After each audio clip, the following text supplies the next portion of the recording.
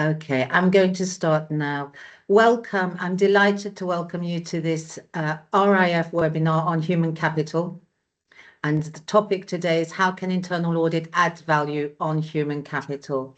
My name is Rachel Barlow. I am the CEO of the European Confederation of Institutes of Internal Auditing. And today we're partnering with one of our 35 national institutes. It's that of the Netherlands. So thank you also to our Netherlands colleagues for hosting and co-hosting this webinar today. I'm going to say a little word about the methodology of Risk in Focus and then go into some of the topics which were contained within that section of the Risk in Focus report before introducing our facilitator today. Just a word first on the logistics. So we are hosted by Teams. You can participate in the polls through Teams, the Teams platform. You can ask your questions also in the chat.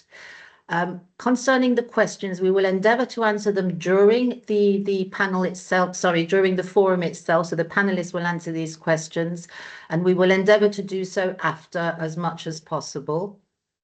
And for your certificate will be issued from your national institute as a follow-up to this webinar. Okay, so a word on the Risk in Focus methodology.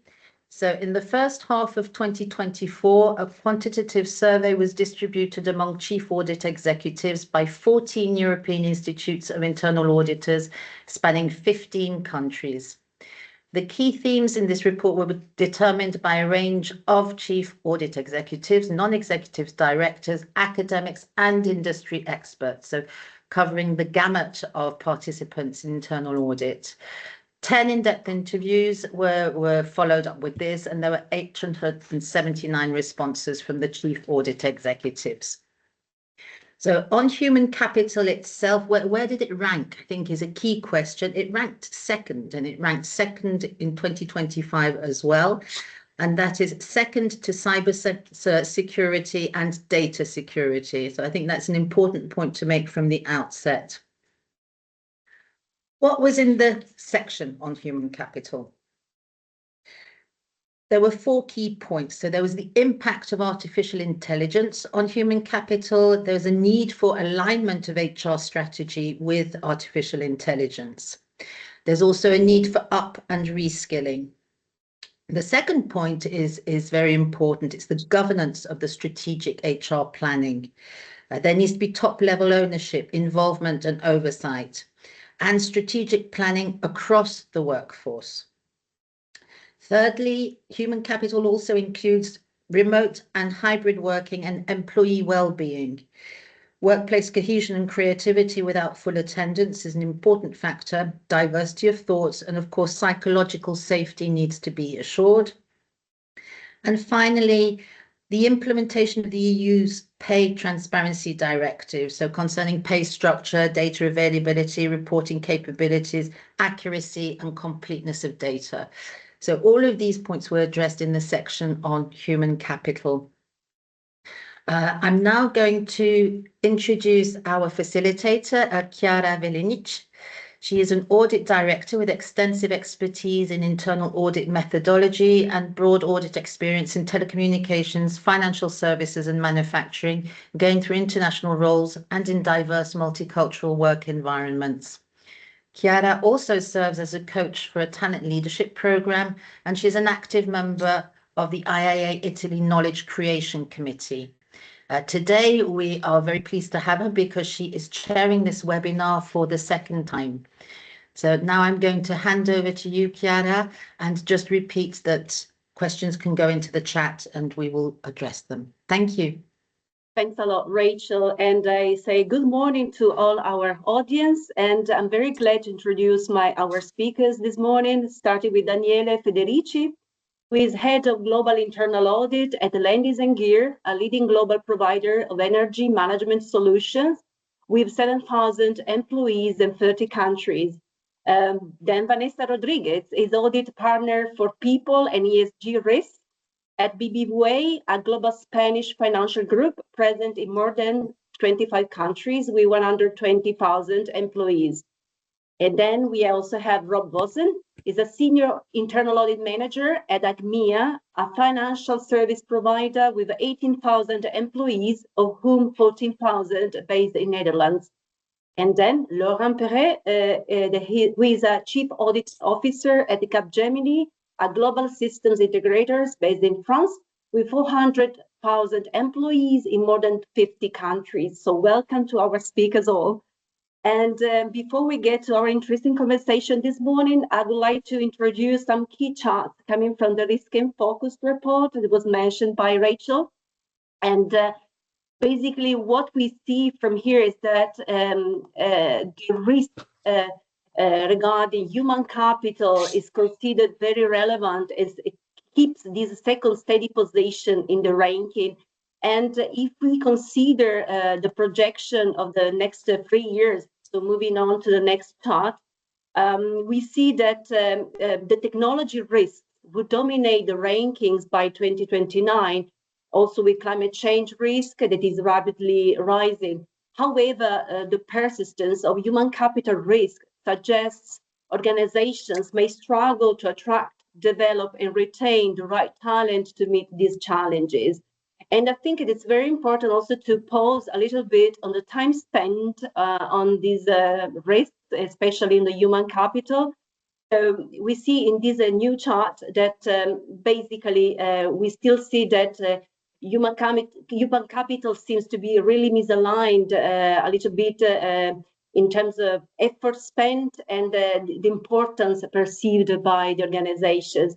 According to these statistics, we noticed that chief audit executives are aligned better in traditional areas such as organizational governance, for instance, corporate reporting, and cybersecurity. However, if we look at the 2029, we see that there is a rise in the expected time and effort spent on human capital. And this is why also we are talking about that. We brainstorm to understand how we can get prepared by then.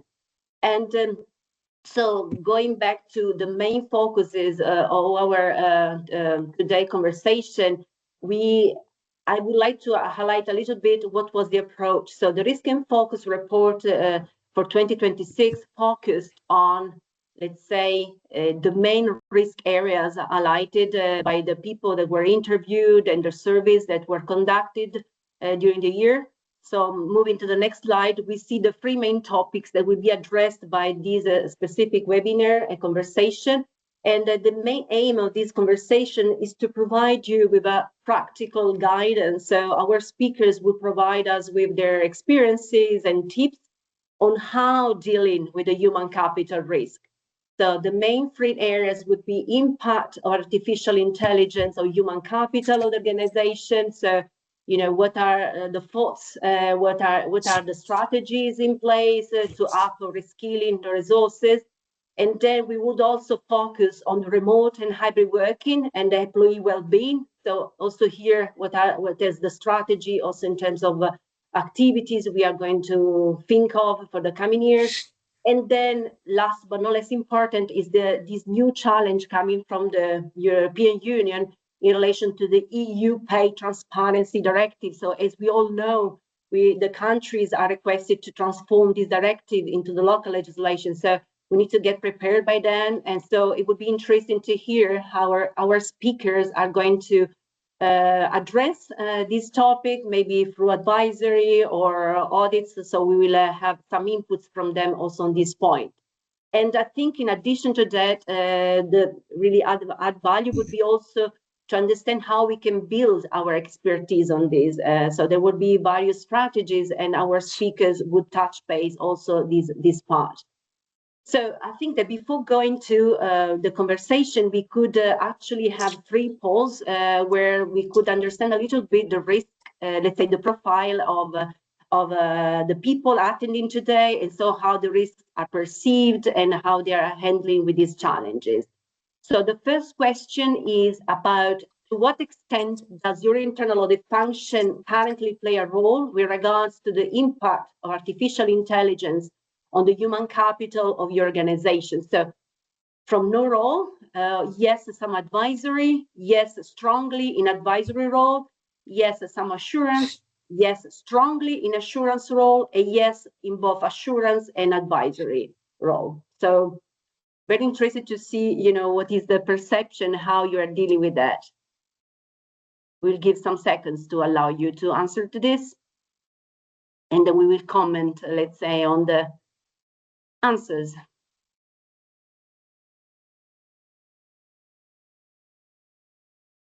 We know that's a brand new topic, the artificial intelligence. So for sure, all the answers would anyways define how, the organizations are dealing with that and getting prepared progressively for that.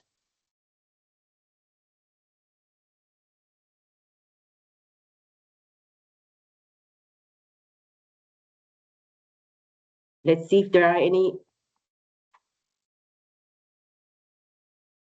Oh, so very, very interesting. So yeah, no role still keeps, let's say, some advisory.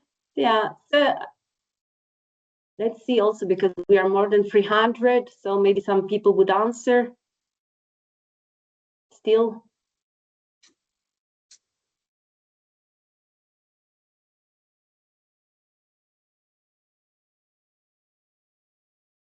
Yeah, anyways, no role. I mean, we understand that also because, I guess that organizations are preparing themselves, also maybe recruiting the right people, the right profiles to deal with that challenge. Advisory also, I mean, that is also, let's say, suggested also by the new standards, as we all aware of. So advisory is a good way also to address these topics in a way that we are not really providing assurance in terms of, opinion of the system internal controls, but we can provide a guidance. So that is also the role expected from internal audit functions in assisting and consulting, providing advisory suggestions, let's say, to the senior management.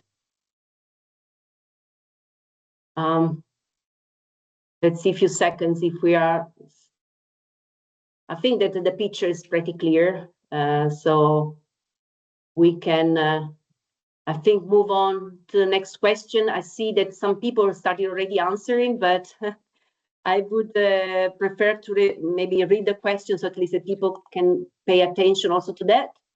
So the second question is related to what extent does your internal audit function currently play a role with regards to hybrid work and employee well-being?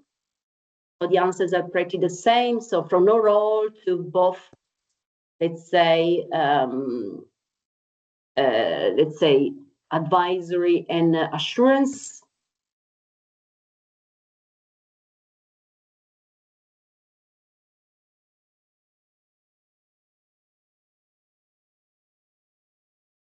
So again, also on this point, we see that the assurance is increasing. However, the profile is still like having advisory first, maybe get prepared, and maybe thinking about the strategy to deal with that challenges. And the third one, to what extent does your internal audit function currently play a role with regards to EU Pay Transparency Directive? I see, okay.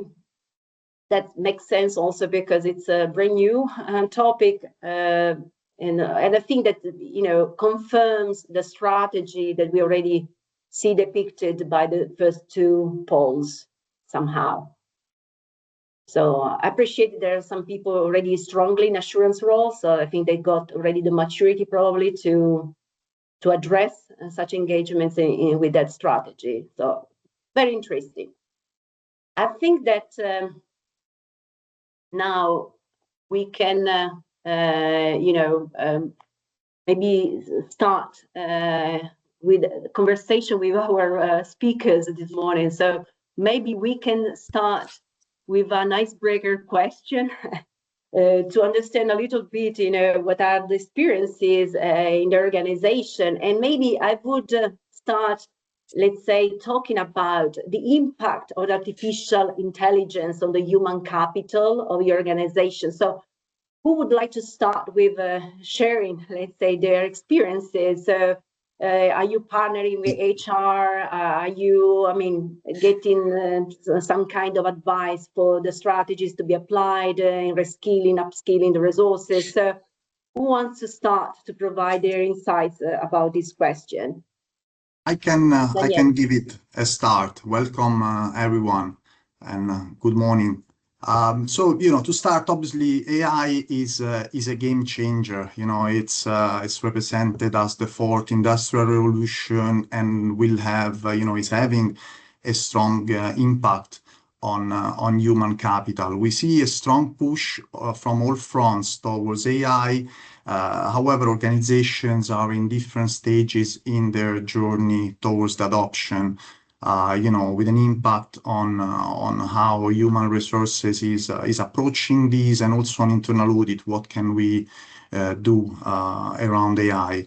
The main difference is, I believe, is around the size of the organization. Large sizes are making larger investments, investing more in specific areas. For example, we see investments on research and development to automate and improve software scripting, or in human resources around recruiting, around compensation, while medium, small size firms are more focusing on the implementation of generative language models such as ChatGPT or Copilot, which can be deployed to the whole organization. So in both cases, organizations are reacting, in two main ways. They are upskilling their employee base to ensure they're equipped with the right set of skills, so they can get the most out of the investment made. On the other hand, they are assessing their current structure to ensure the roles, the jobs they have, they reflect, and they readiness. They reflect readiness for the transition to this new environment, to the AI industry 4.0. So where internal audit can play a role, depending on the maturity level of the organization,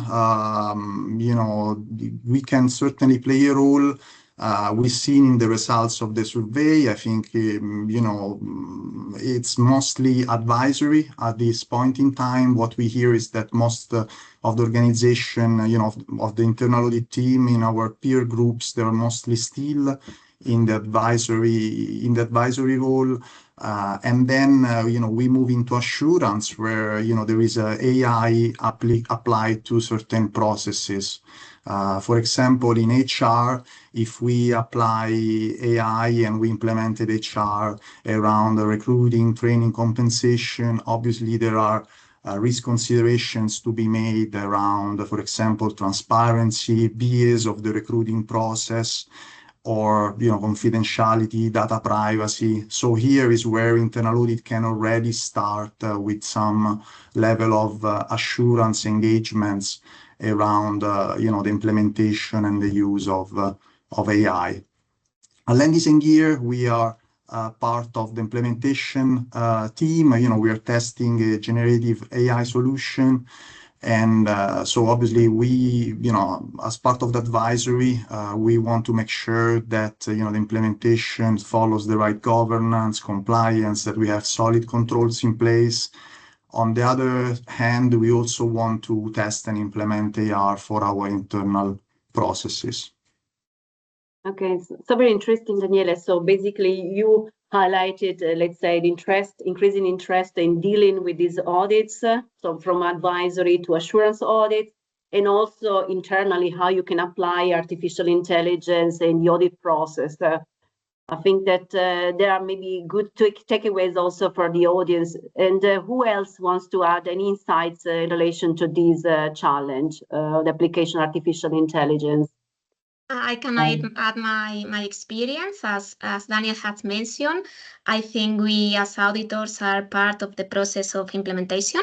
In BBVA, for example, each auditor has a ChatGPT license. So the main message that the CAIE has told us is to learn, to use it, to try to implement in our daily task, to try to do in a more efficient way. It's true that so far we haven't performed an engagement yet. It's something that we have included in our plan for next year, and I am quite sure that it will have a relevant presence in the coming years.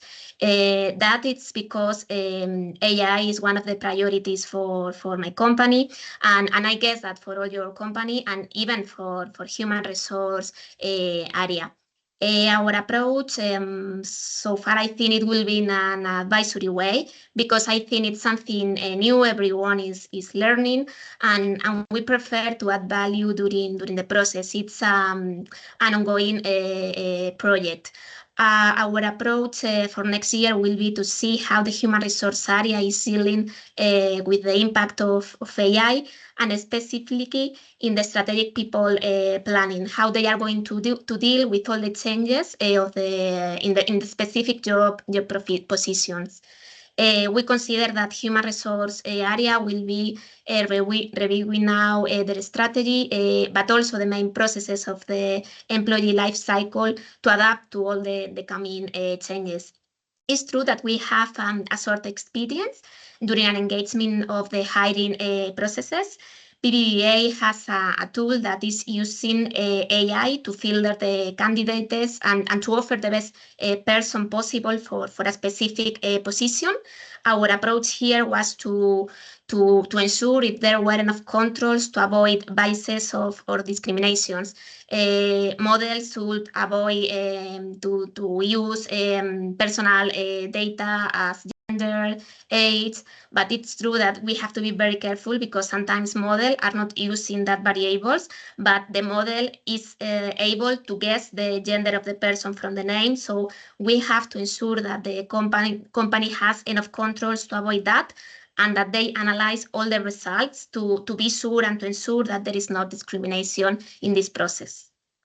Yeah, thanks very much, Vanessa. Yeah, because behind AI, there is also kind of a huge modeling process, and obviously it's very highly technical. And I think it's also our task as an internal audit function to make people understand the complexity with dealing just not application of artificial intelligence, but also understand the mechanism behind that. So I guess we receive lots of pressure, to use increasingly artificial intelligence, but there are collateral risks that come from that landscape.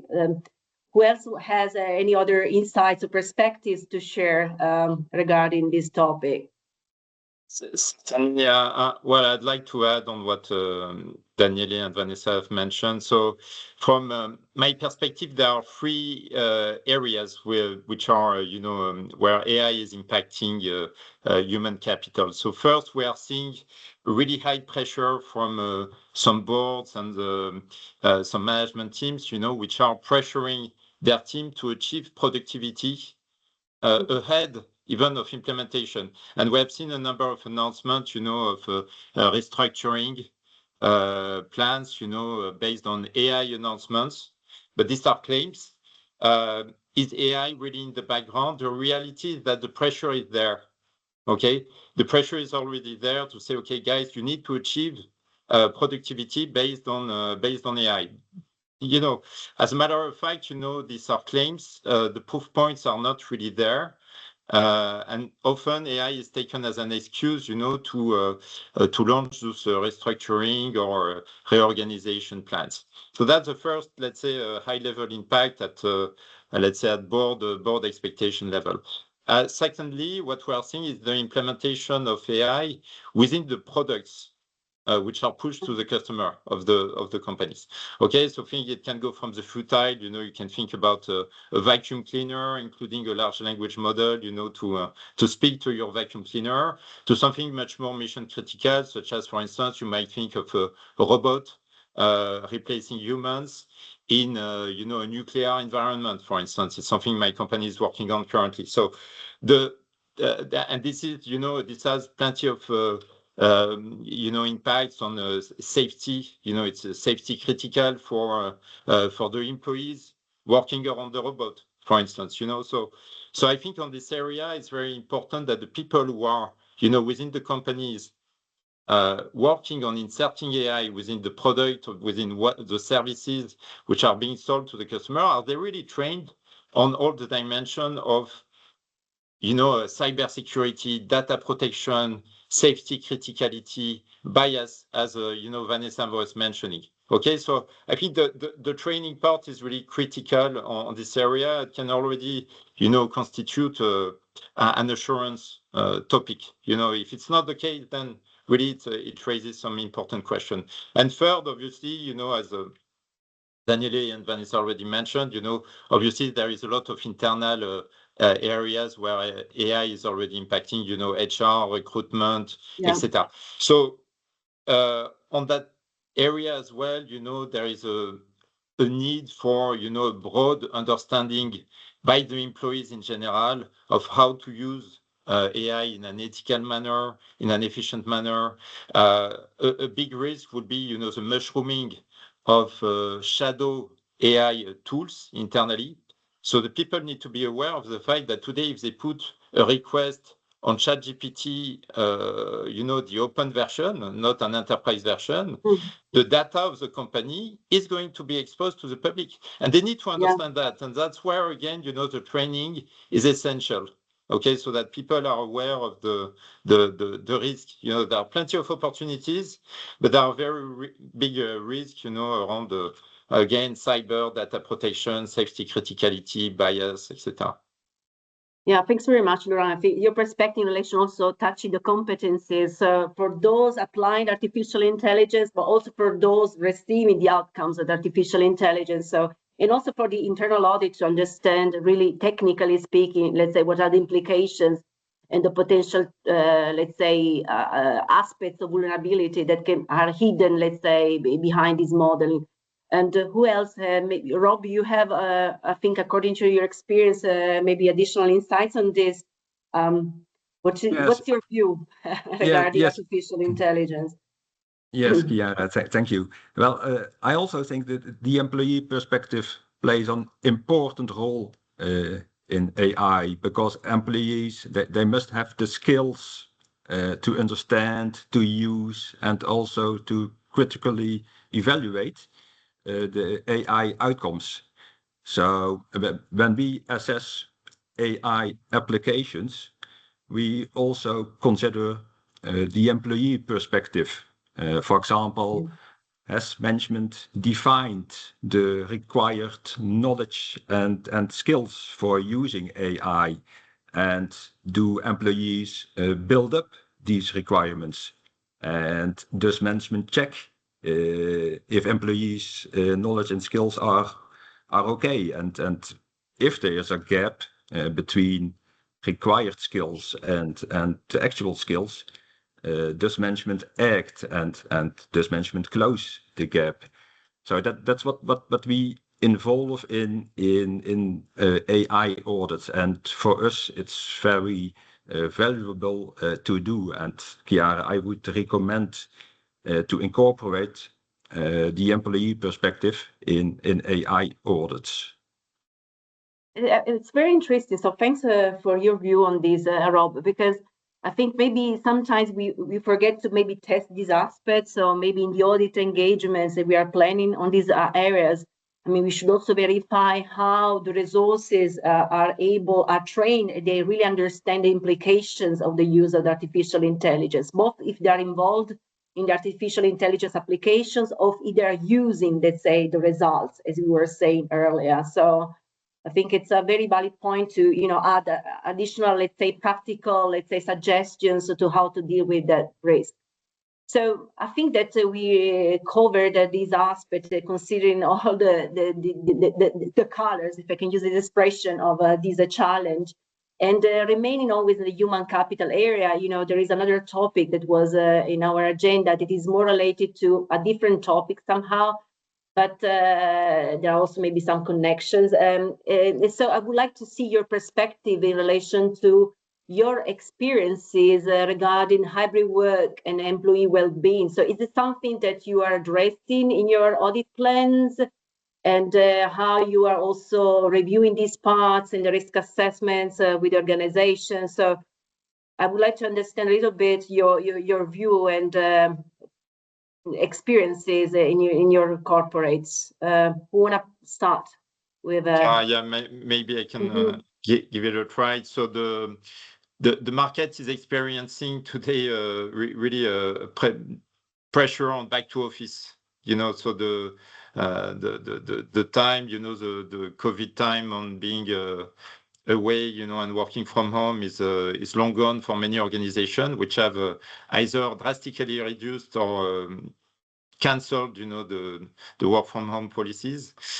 So we are seeing that on the market, and so here again, Audit, I think, can measure if it's technically or legally feasible to do it, depending on the jurisdictions. There are some countries where you can indeed, for instance, look at the badge, badge in, badge out data. There are some other countries where you can't do it, but I think here, there are some measurement or, ask management whether they are indeed measuring the back to office results. So I think that's an area which might be concerning many companies.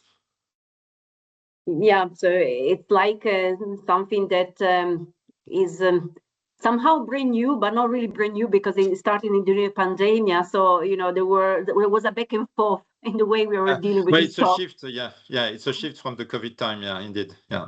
Maybe it's cultural, because I think somebody took the challenge to say, okay, let's remain at that level, because probably employees also benefited somehow by that kind of modeling. But I'm interested also to know, so other experiences around this virtual table, who wanna provide additional insights in relation to this? I can continue. After pandemia, BBVA has a general policy of hybrid work, and in some geography, the right of working from home and how many days is settled on the contract. So it's difficult, I guess, to go back. We didn't start auditing yet about the compliance with this policy, because I think it's something sensitive, and especially in some countries like in Spain, it's difficult because of data privacy to have data about where is the person working, if it's at home, at the office, but also to help in that part of well-being, especially when people is at home. Some initiatives has been settled, like, for example, flexible timetables, limit the meeting at some specific time to avoid having meetings late in the afternoon. It's something that we have in our plan, and I think we should deal with that in the coming years. Related with well-being, it's true that we perform an engagement some years ago, not for that part of remote working, in general for all the employees. We review here if the company was measuring and dealing with the psychosocial risk in an appropriate way. I have to admit that it was a difficult engagement. It's a really sensitive topic, and the human resource area was not comfortable with this kind of topic. At least in Spain, union laborers make a lot of pressure with this topic, so I think we have to be very careful, but it's something that should be in our plans. There are regulations, I guess, in other countries. There are regulations that mention that the company should take care of the health of the employees, including that part of well-being and mental health. So I think it's something difficult, but we should include in our plans, maybe in an advisory way, maybe it depends on the maturity, but it's something we have to take into consideration in our plans for sure. Oh, thanks very much, Vanessa. So looking also for other insights, if any, from our speakers in relation maybe to how to measure also this impact, the impact coming from this model. So hybrid work versus well-being, or ideas for auditing that. Yeah, I can briefly add to that. Obviously, I think it was already said, right? This is a sensitive area. It's every company look at it differently. In general, an organization find balance around this based, I would say, on the culture, on the employee base, the geographical footprint. So it's very difficult to conduct, to me, this as a standalone audit. as generally this is the result of a top-down management decision. Where internal audit can, I think, audit this area is as part of a broader audit when we cover organizational behavior, culture, reviewing employee engagement surveys, other KPIs for employee engagement. And I think that's where, we can include, also an audit of hybrid work, and employee well-being. There is also, an IIA new topical requirements coming on auditing organizational behavior, and that should also help. I think on one hand highlight the importance, and the risk around this area, and on the other should also help auditors to audit this area. Yeah, and then there was always the doubt that maybe with this hybrid work or remote working, we could have an impact. A bad impact on the effectiveness of the internal control. So I don't know, Rob, but what's your experience or your thoughts in relation to this topic, according to your experience, at least? Yeah, well, most organizations will have a policy for hybrid working, depending on the type of industry. But when we see in our industry that a lot of employees work most times remote, we would like to know if there is any impact on the internal control of the organization and its processes, because then we can, from an internal control perspective, we can give our opinion on the hybrid working policy and the hybrid working practices. So I think it's very important for us as internal audit to understand what the impact of hybrid working and remote working is on the internal control of the organization.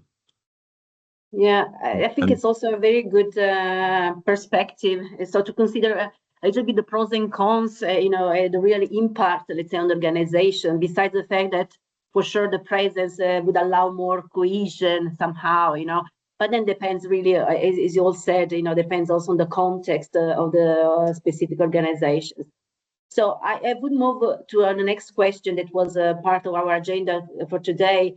And it's the other challenge coming from the European Union, about the pay transparency directive. So as we also saw from the polls, we are more like in the preparation phase, at least our audience looks like that. So maybe assurance, but so what's your experience so far on this topic? So who wants to start providing experience? I can start. I think it's a really relevant topic.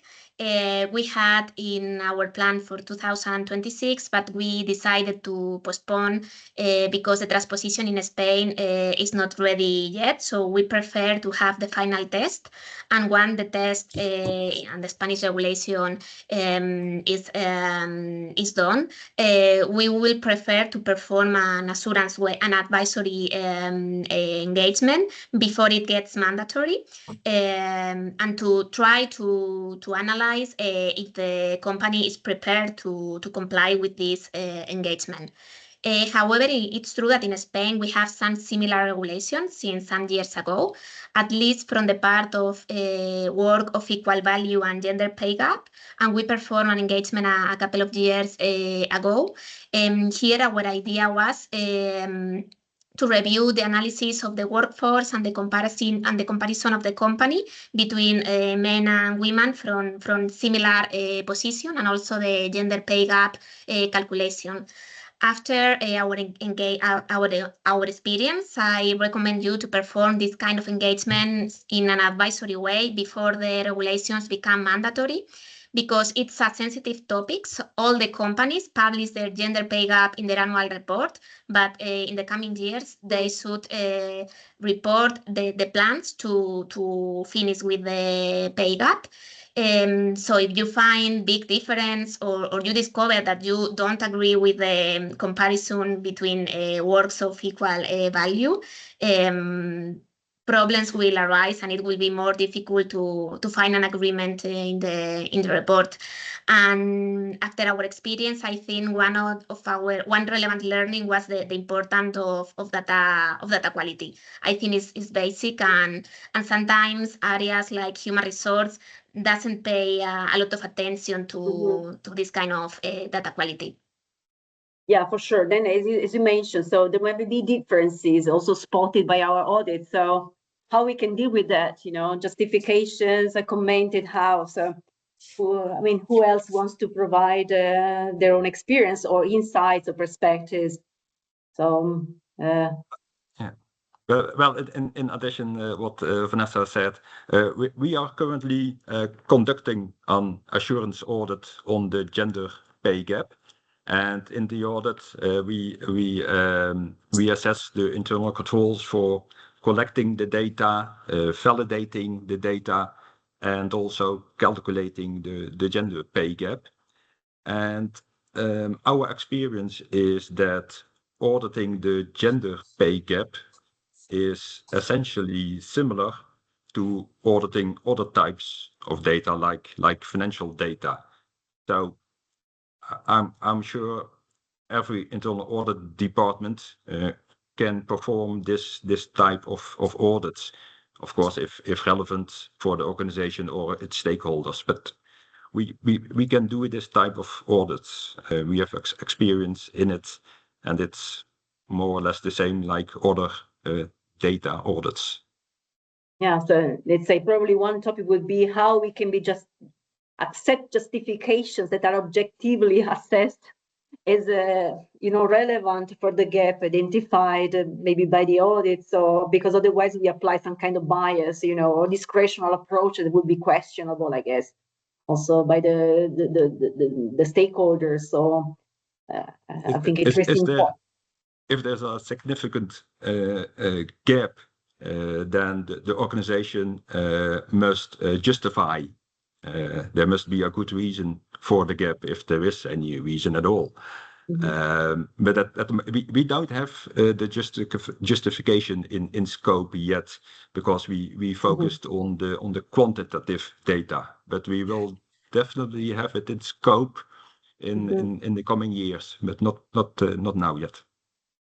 Yeah, no, very interesting. Anything else? Maybe like experiences, maybe thinking about sustainability, ESG. So is there any other thoughts? Yeah, I wanted to expand on what Rob just mentioned.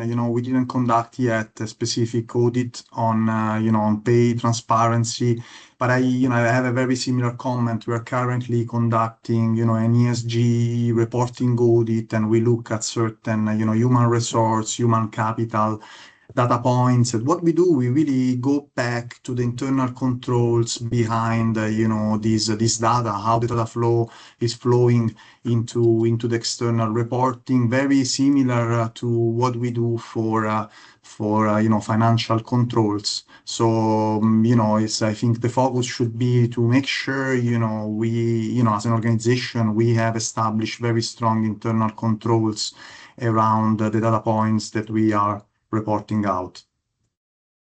Yeah. So let's say control-based model to ensure that the flow is accurate and complete. Laurent, according to your experience, do you have an additional perspective you want to share with us on this point? Pretty much in line with what was said before. We have been auditing for a long time now the pay equality between gender. So that's something available, I think, to everyone, to do, and it's a very important assurance to give internally. Also, we are auditing systematically as we are outsourcing our payroll, for instance. It's important that the data flows are being secured. Very often these are Excel files sent in, sent back, and they need to be really secured, from a cybersecurity perspective, Yeah, like we are connecting the dots somehow. So maybe the regulation itself will be new, maybe the country level, but somehow we are leveraging, let's say, on a backbone that has been already created for other purposes, like, as we said, sustainability, ESG. and common engage sense and exactly. So I think that's, so very interesting to hear these different angles on the same topic, and according to your experiences and your organizations. And so I think that the next question could be, how you build up, did you build up your experience and your maturity phase? And so did you have an external consultant supporting you? In your case, maybe Capgemini, maybe it's based on the human capital. Probably you had also maybe internal, let's say, training. But so I would like to understand a little bit also to give some kind of highlights to our audience today. So what could be the roadmap, to create experience and knowledge on these topics? So including artificial intelligence, all the topics we touched for the human capital. So would like to start providing insights on this. I can start. But most important, I think, is just start. Just start, and don't let you stop because HR would be soft or difficult to measure. But most times we can measure HR topics like other topics. And I have to say what helped us is the fact that we have as a psychologist in our audit department, and she does a brilliant job. She speaks the HR language, and she really connects with the HR department, and that definitely helps us. And yeah, we are very happy with her. But also, I believe that if you have a strong interest in HR and you are highly engaged, you will be a successful HR auditor. And we conducted in the last couple of years several audits on the HR area. For example, management leadership, integrity, safe and health workplace, remuneration, strategic workforce management, HR processes like recruitment, and now the gender pay gap. And looking back, of course, we had sometimes struggles, and it was sometimes trial and error. But again, I think just start, build confidence and mutual trust with the HR department, and then you are halfway the audit, I would say. Yeah. So as you said, probably being a good partner, also the HR department, that should be probably already containing all the skills expected to leverage on to address these topics. So it's a good tip. Who else would like to share any other maybe experiences or insights in relation to this? I totally agree with Rob, and my best advice is to start. I have heard many times that auditing a human resource topic is easy, but I think it's not so easy. We need to build confidence and start doing it.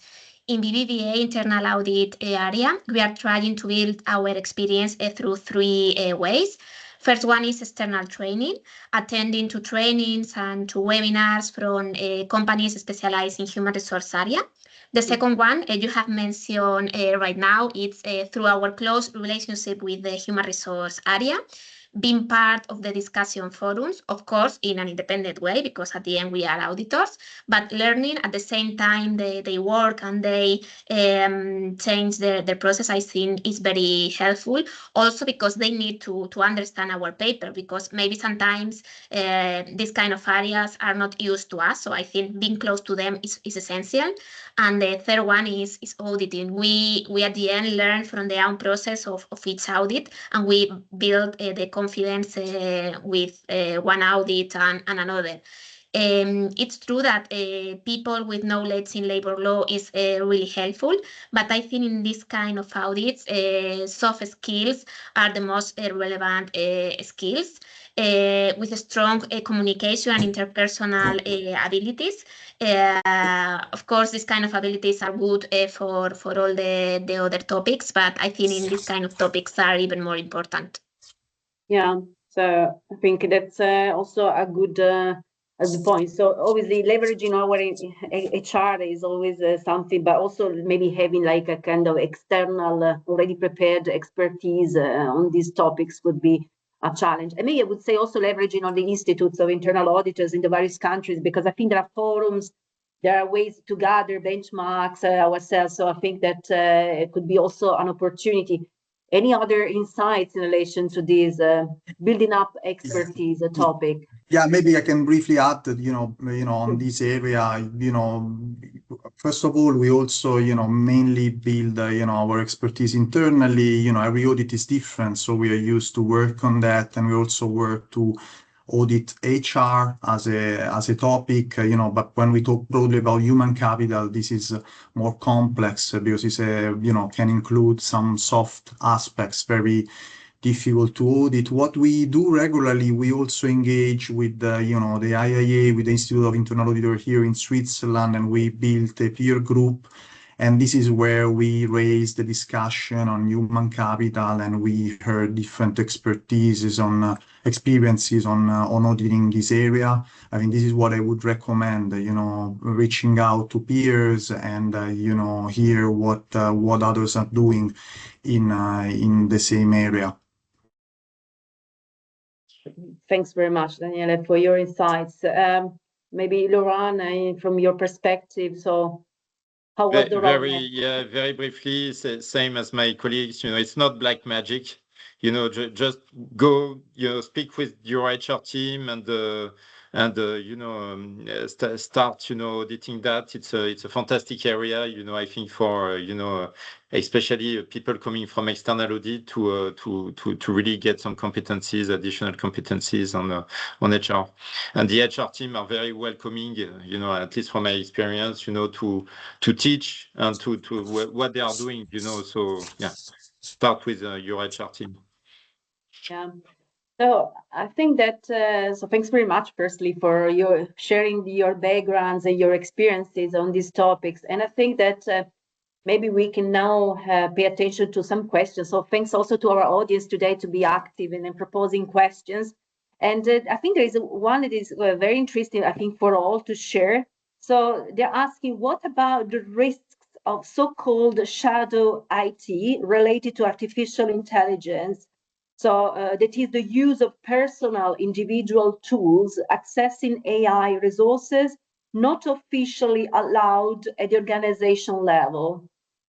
I think this question would touch probably a question mark maybe many organizations are facing on these days. Who would like to provide feedback or an answer to our colleague connected today?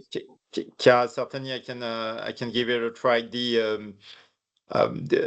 Really, it's a key concern, and so we've made some studies on the topic, saying that the very vast majority of developers, for instance, so internal developers, you have developers in all companies now. I'm thinking of banks, looking at Vanessa, but anywhere there will be developers. The very vast majority, but around 80%, were declaring that in order to facilitate their job and go quicker, they were using open models, meaning models, which are not, vetted and secured by their own company, in order to test their code and to go or to code faster, which means that they have placed, they have taken company property data, the code of the company, and put it on, models which are not secured.